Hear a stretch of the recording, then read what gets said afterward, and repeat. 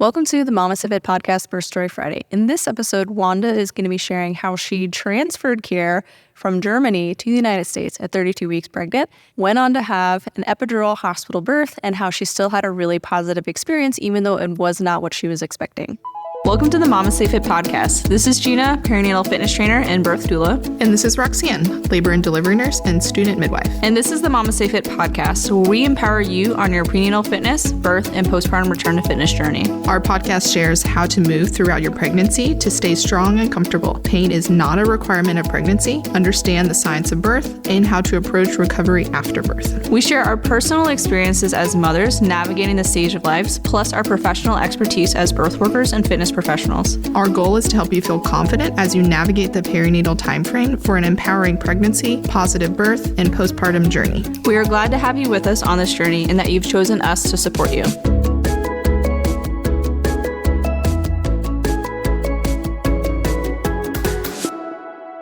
Welcome to the MamasteFit podcast. In this episode, we have Wanda here, who is going to be sharing her hospital birth story. So thank you so much for being here. Thank you. Thanks for having me. So let's start with, how were you preparing for birth throughout your pregnancy? How did your pregnancy go? So my pregnancy went really, really well. I had a super uncomplicated pregnancy. I really had no complaints. So I've been really, really lucky. Super happy with my pregnancy. The only thing that was a little bit stressful is that when I was 32 weeks pregnant, we moved from Germany to the US, which I do not recommend, moving so late, so far at the end of pregnancy. But it was fine. It was just a little bit stressful finding a provider in the United States, figuring out the insurance, furnishing a house, switching jobs. My husband still had to go back to Germany in that time. So yeah, it was the last 2 months of pregnancy were pretty busy, but I was super lucky that physically I felt great. Like, I was super active. I worked out until the very end of my pregnancy. So I even did your class, the prenatal class, because I used to do CrossFit. And yeah, at one point I was just getting tired of going to class and having to adjust and scale every workout. So I Googled like CrossFit prenatal workouts. And then I found you guys. So that really helped me a lot. Yeah, so pregnancy was really, really good. I found a provider. I just didn't have a lot of time to look for a lot of different options. So I just went where everybody went that I knew. And yeah, I also went to a hospital because I just didn't have a lot of time to find something else. It ended up being fine. I liked my provider. The hospital was great. And what else did I do to prepare? I think I prepared a lot. I read a lot of books. My husband read most of the books, actually. I think he read 15 books. And then he would always tell me what's happening to my body. And I was like, oh, thank you. Awesome. That's nice. Yeah. And I just stayed really, really active. I did your program. I did the Prepare Your Pelvic Floor for Birth program. I did 2 birthing classes, one from the hospital and the hypnobaby one. I went to the chiropractor once a week. I did acupuncture. I just did all the things, and I was so ready. And I was like, oh my God, I will have the easiest labor ever. I will go as easy as my pregnancy was. I was really excited. Yeah, that's how I prepared. I felt really prepared and really good about it. And I really wanted to go unmedicated. And yeah, I felt good and ready about it. So was your labor as easy as you were anticipating, or was it a little bit more challenging? No, it was a little bit more challenging. So what was your birth story? I always thought that I would go way over my due date, which ended up being the case. So I was already 8 days over, 41 plus 1. That was a Monday. And I went to my OB because I had a visit, just to check if the baby's still doing okay, because I was already 8 days over. Yeah, she checked me. I never had a cervical exam before because I know that it really doesn't tell you anything. If you are 3 or 4 centimeters or 0, it doesn't really tell. But I don't know. I just went and I wanted to know. So I got a cervical exam, and she said that I'm already 3 to 4 centimeters dilated. And she said I'm 70% effaced, which I was very surprised about because I did not feel close to labor or birth at all. I felt so far away. I was playing pickleball and working out and running around. And I just didn't feel any close. So I was really happy about that. And I also decided to get a membrane sweep because I just did not want to get an induction. That was what I was scared about. So I was like, hey, let's get a membrane sweep. She offered it. And I was like, yes, sure, let's do it because I'm already 8 days over. So she did it. And I went home and nothing really happened that day. And then it was Tuesday night. Me and my husband ate dinner. And yeah, I tried everything to get labor started. So we also did a little sexy time that day. And really immediately after labor started, it was 10 and then it was 11 and it started. And when I did hypno babies, and we did the fear release, I was always so worried that my labor would start when I have not slept. So of course that happened. It was 11 p.m. and my labor started, but I really tried to slow it down. I went in the bathtub and took some Tylenol. My doula told me. I also hired a doula. So I had one and she was ready. Yeah, so I tried to slow it down and tried to get some rest, but my contractions, they got pretty intense pretty quickly, so there was no way that I could sleep through them. So I labored a little bit by myself. I told my husband, his name is Jake, I was like, hey, you try to sleep a little bit. I got this. But yeah, I got this only lasted for about an hour because then I Just didn't get it anymore. Yeah. I was like, okay, can you come down? And he wasn't sleeping anyways because he was so excited too. So we were downstairs laboring. My contractions were intense. I was really surprised at first. I was like, oh my God, this is what labor is? That hurts. And they were apart, my contractions were apart every 4 or 5 minutes, pretty much immediately, 45 seconds long. Yeah, so I tried to, do all the different positions and all the things that I researched. I was like, I know what to do. I have to do this and this and this. So I did all the things. But then at 4 a.m, it got really intense. I was like, okay, let's call the doula. And we called her and she listened to me and I couldn't really talk anymore through my contractions or walk through them or talk or just be in the conversations that we were having. So she came over at 4:30 and we labored at home. We went on some walks, which we live in a really walkable neighborhood, and it was 7 a.m. at this point when we took the walk. People were like, hey, still no baby? And I'm like, it's coming now. So we took a little walk. I was like, no, I don't like that. People watching me laboring on the street. So we did some stairs and all the different positions. And then I went into the shower and I really, really liked the water. So I probably stayed in the shower for 2 or 3 hours. I did not want to come out. And then I think it was 11. And it was just really painful and really intense. And then my doula was like, hey, I'm going to take a quick break and get some food because at this point it has been over 8 hours. So she got some food and me and my husband just stayed back. And as soon as she drove away, my water broke. Of course. It was a big, big, big pop and so much water came out. We were both very surprised. We were we have a really nice rock in our living room, and I was on the rock. But I was, I was thankfully on a yoga mat. So my husband tried to get the yoga mat so that the water doesn't go everywhere. It was pretty messy. And then in my mind, I was okay, I've been in labor for 12 hours. My water broke. I'm close. This is happening. Because I've heard a lot of birth stories, the water breaks and then the baby comes. So in my head, I was we got to get to the hospital because I've been in labor for so long, my water broke.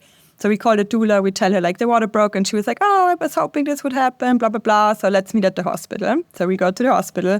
We live pretty close, so the car ride was okay. It was just a 7-minute drive. I think I had 3 contractions or so in the car. They were really painful. And the walk from the parking spot to the labor and delivery unit was pretty wild. I had to stop all the time. People were looking at me weird. I was a little annoyed. And it was a hard walk to the place that I needed to go.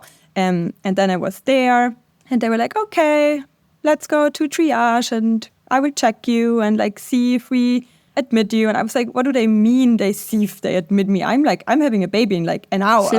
This is happening. So the doula was there, my husband was there, and I was there, and triage was not fun. We were waiting for the OB to come, and she comes and she checks me, and I was 100%. I'm 8 or 9 centimeters. 100. It has to be it can't get any worse. So she checks me and she goes, "You are 4 centimeters. How great! We admit you." And I was what do you mean 4 centimeters? Yeah. I was I was 4 centimeters on Monday when I went to my normal OB checkup. This is not great. I was so mean to her. And I'm like a very direct person. My husband is a very nice person. So he was a little embarrassed. He was like, I'm sorry. And I was like, no, I'm not sorry. What do you mean? In my head, it was just like, okay, I labored 12 hours for 1 centimeter, like 6 more to go. Am I going to be in labor for another like 5 days? Like, what's happening? So I really was, a little annoyed. I was like, okay, like I need an epidural. I can't do this anymore. I was like super tired. I haven't eaten anything. So my doula and my husband, they like knew she doesn't actually want an epidural. So they were like, no, let's see. Come on, let's go to the room and let's see what happens. Like, let's wait an hour and then we'll see. I was like, okay, fine. So we went to the room and the hospital was really great. They were super respectful. Like my first point of my birth plan that I like gave them was like, I want to be asked for consent for literally everything that they do. And they were like really great about that. So I didn't get them monitoring the constant one, or I didn't get the IV thing in my hand, which was really helpful. And the room was dark and my doula put some like aromatherapy diffuser on and they had some nice lights and like I didn't know of any of that. She just did it. It was amazing.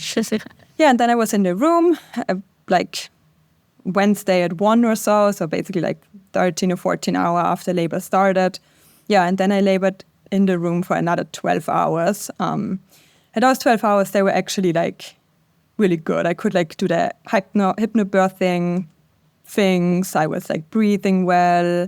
I was like really in my zone, in my space. I could like breathe the contractions away. It was really painful, but I was just like in a really good place. Those 12 hours was good. I was tired, but I was like, I got this. And then at one point I was like, hey, like, can I go to the bathtub? Because I really liked the shower at home. I was in water for so long, so I feel like the bathtub would help me. And my doula is like, yeah, let's wait a little bit longer. Maybe let's go on the ball again or do like that squat and those lunges a little bit, and then you can go in the bathtub.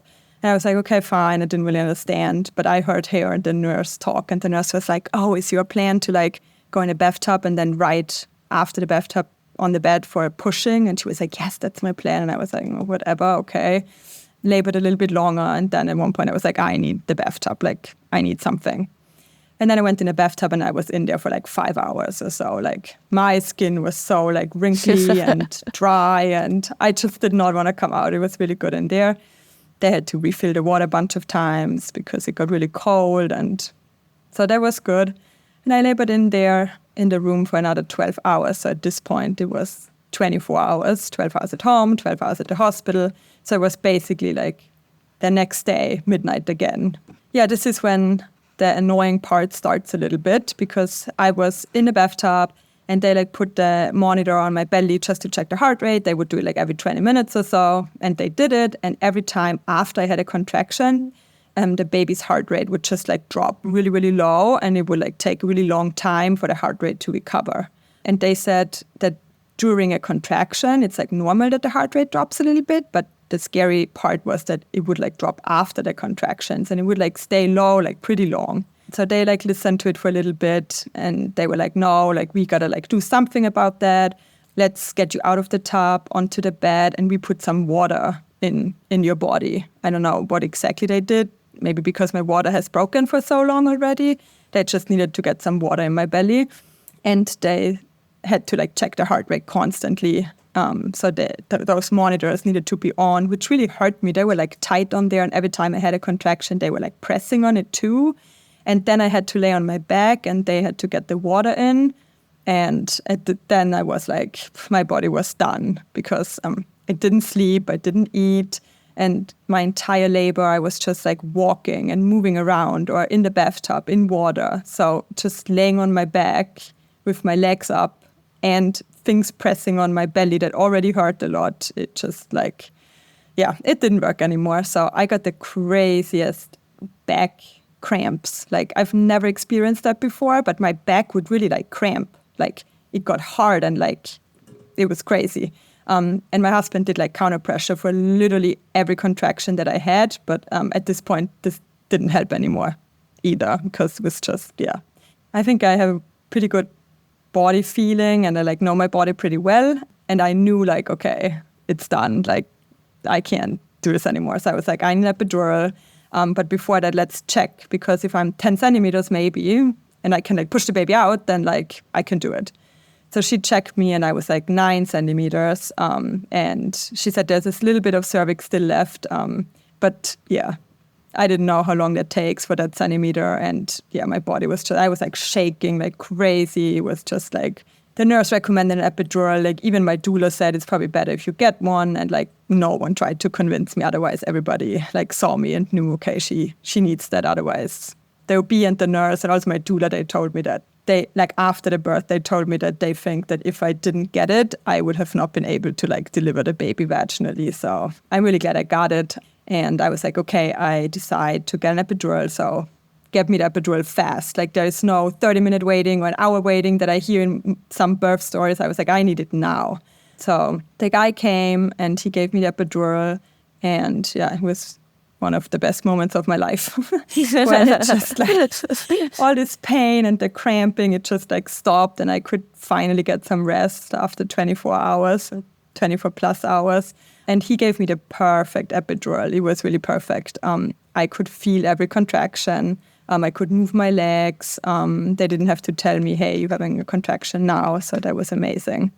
Yeah, then my doula, she took a little break. She went home because she's also been there for, over 24 hours.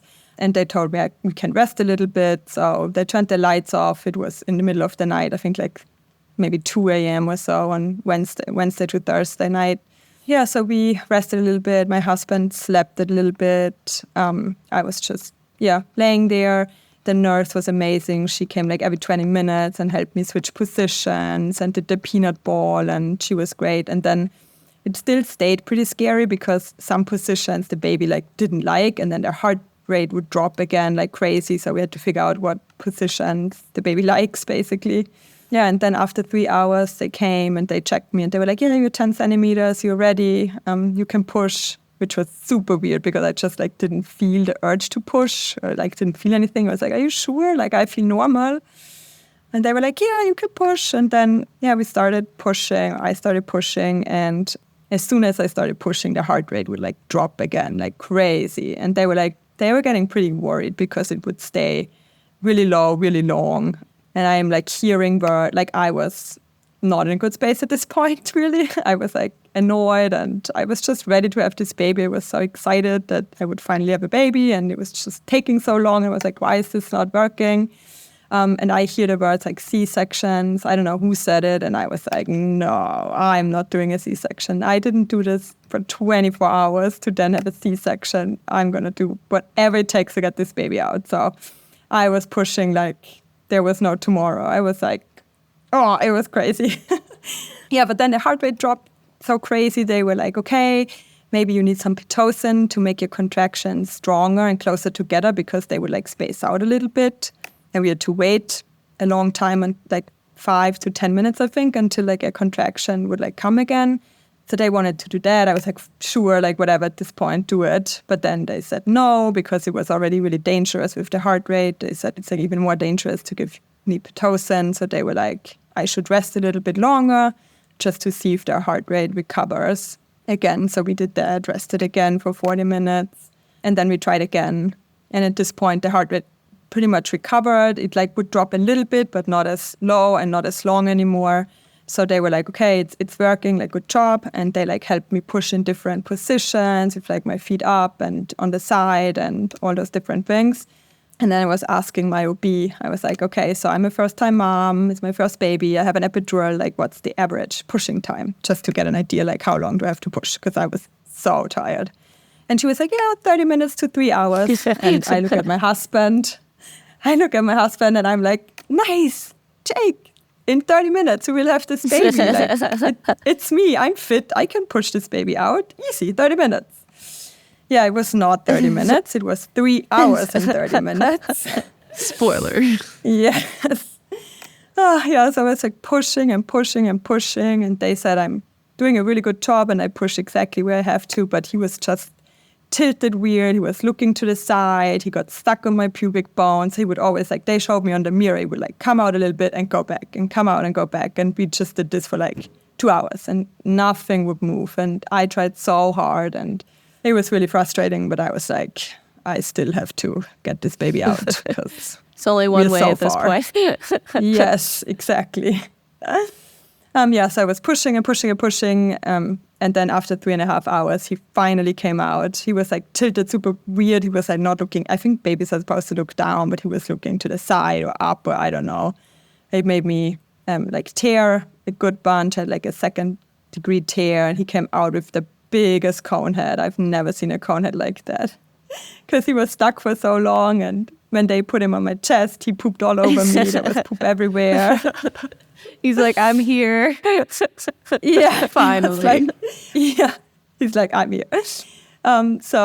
They put him on my chest, and it was perfect. Yeah, I was so tired and so exhausted, but I was so happy. And my husband immediately started sobbing, and then I started sobbing, and I love it.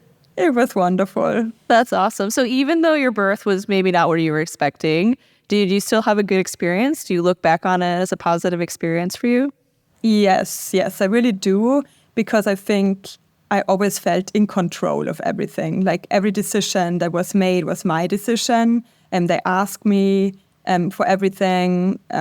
They like gave me different options that I could pick from, and I just felt really in control. So even though it was not what I expected, I still have a really positive experience, I would say. I wouldn't say it was like traumatic or like a sad experience. It was perfect. It was way longer than I thought, but it was still for sure a good experience. So it sounds like all of the preparation that you did throughout your pregnancy and the people that you chose to support you really helped you feel in control and like the primary decision maker within your own birth experience, which is awesome. And I was really glad to hear it. Yes. So how was your postpartum experience? Was it pretty smooth healing for you? Did you feel like you got hit by a bus like the rest of us? Like how was postpartum for you?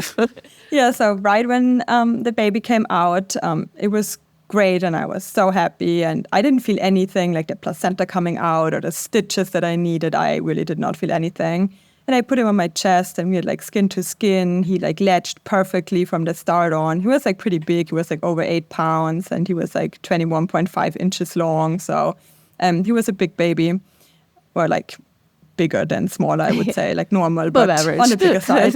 Yeah, for sure. Yeah, that was all great. And they, after that, they took him and put him with my husband to, this little warmer, and they like checked his weight and did all of that. And during that, I was like, I would say fading away a little bit, just because I haven't slept in 48 hours. And I didn't eat anything, and I was just so tired. I could not keep my eyes open. And then we went to the recovery room, and I was like sleeping and like breastfeeding him a little bit and sleeping again. It was just like I don't really remember a lot from that, actually.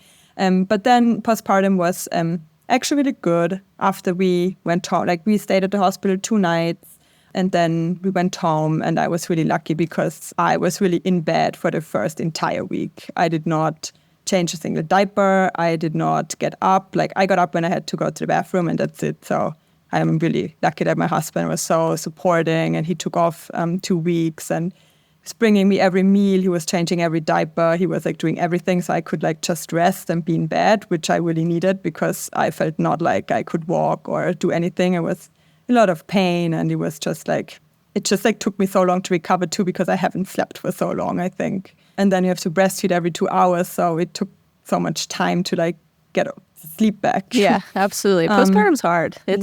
I would rather give birth than do postpartum. Like if I could skip that first month, that would be fantastic. Yeah. I think I would do the same, even though it was hard. It's just so bad. Yeah, so that was the first week. I like really was in bed, and then the second week I like walked around a little bit, but still didn't do a lot. But then it was really annoying because the stitches that I've gotten got infected. Oh no. Yeah, so my pain, it just got worse and worse and worse. And I was like, I think it's supposed to get better and not worse. And then after 2 weeks, I think I went to the doctor again. And she said, oof, like, good that you came, because this is pretty bad. And I had to take antibiotics for 10 days. And it was just, I got like pretty bad, strong like painkillers for the pain. But once that was good and once that healed, yeah, it was pretty good. Awesome. So do you have any advice for any of our listeners who may be moving at the end of their pregnancy, seeking maybe to a new country like you? Yeah. Or just for folks that are navigating their pregnancy, is there anything that you like would tell yourself like at the beginning of your pregnancy, like, hey, make sure you do these things? Or what were like the most impactful things for you during your pregnancy and birth?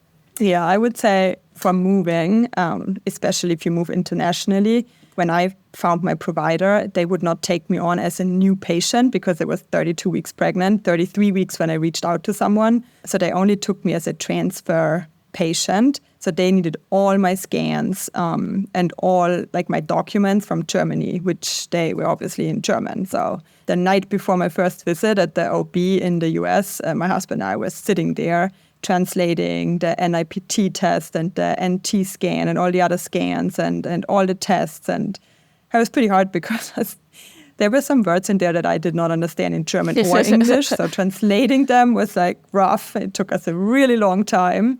I would say prepare for that earlier and also maybe reach out to providers before you move, which we also did, but still too late.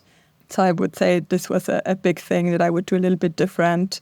Yeah, and just for birth or pregnancy, for birth, yeah, I would say, I mean, I personally thought like I did all the things, went to a chiropractor and did acupuncture, and I was so active. I did all the moves and stretches and the mile circuit, and I prepared my pelvic floor for birth, and I really hired a doula, like did all the birthing classes, did everything that I thought is possible, and it was still not as I thought it would be. So I think you just have to be like super open during your birth, and even though I didn't want an epidural, like I was open for it.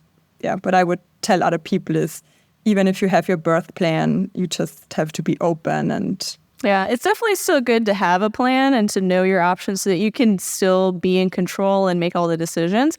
But definitely like a little bit of flexibility with, you know what, this is going to go how it goes. We're going to navigate it together. Exactly. But this is what I would like. Yes, exactly. But also that you're like not super disappointed if it doesn't go exactly like your birth plan. Because I had a very specific birth plan and I was like, this is happening exactly that way. And it did not happen that way.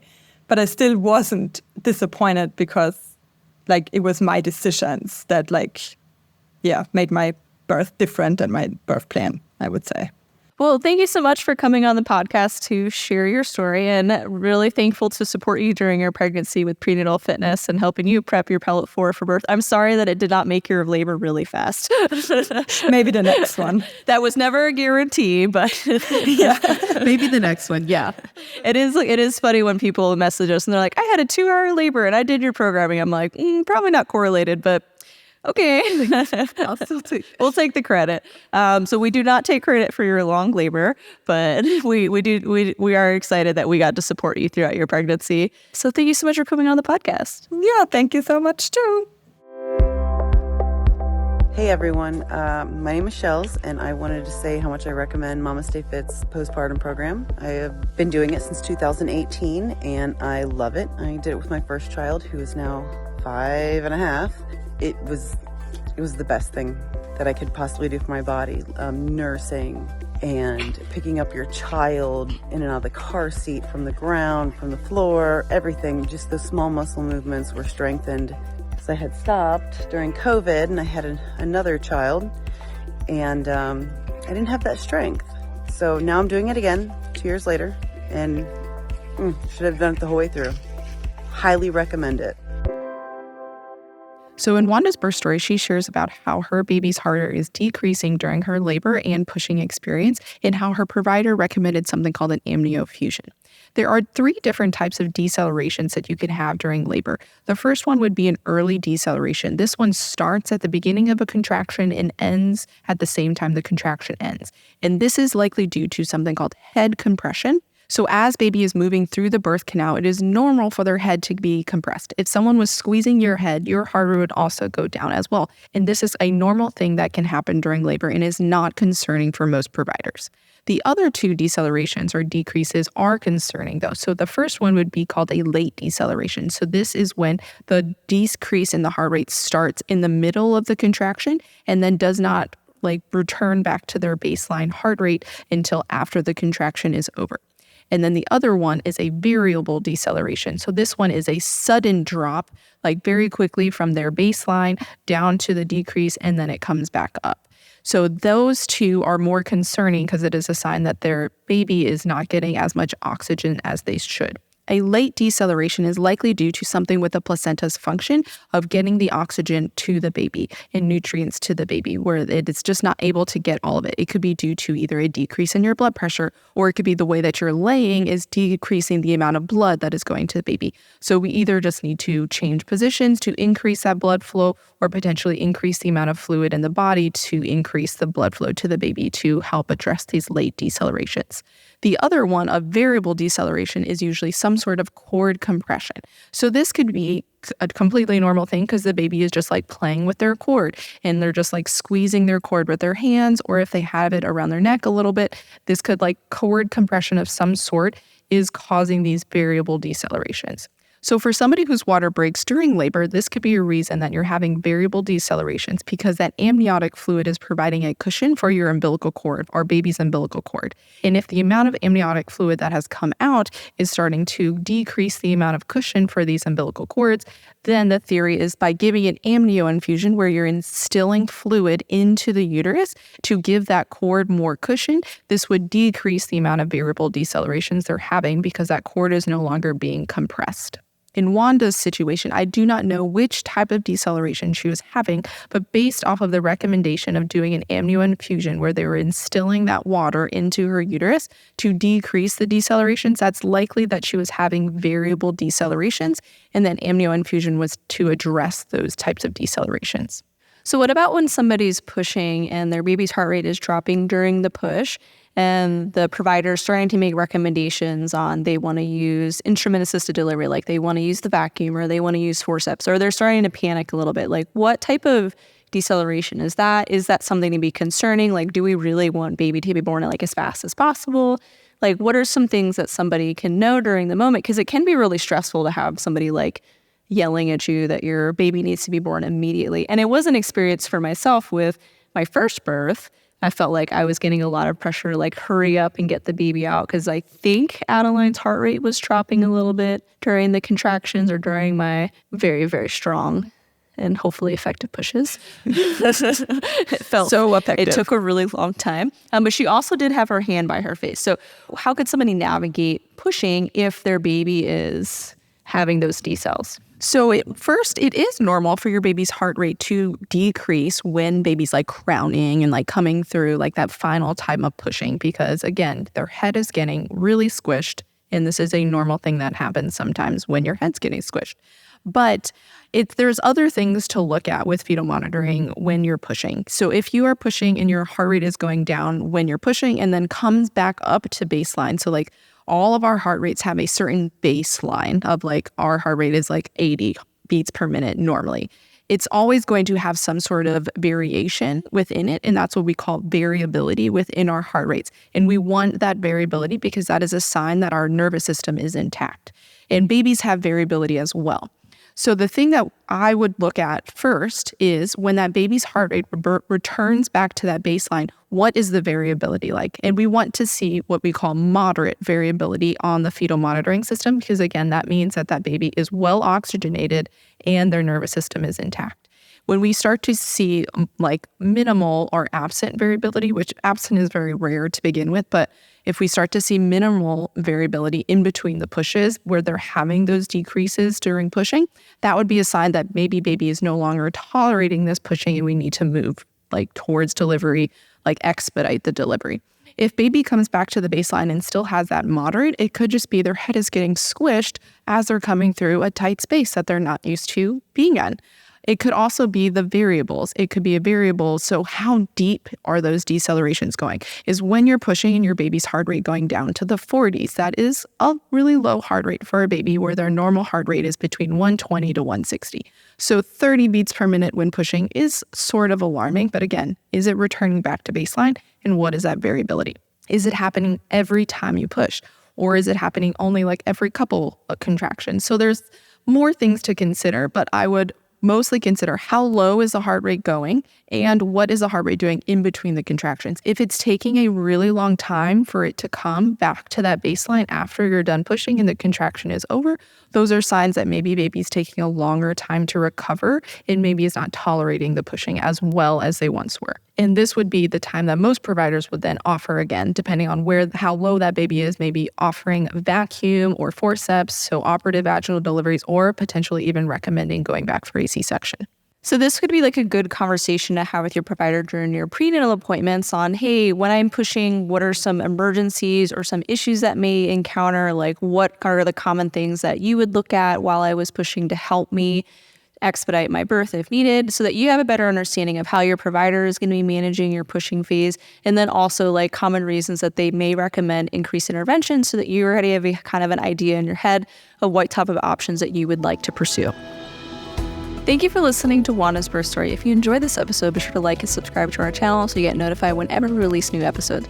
We release new podcast episodes every Wednesday and new birth stories every Friday. If you want some more support from us throughout your pregnancy, you can join our online prenatal fitness programs and childbirth education course.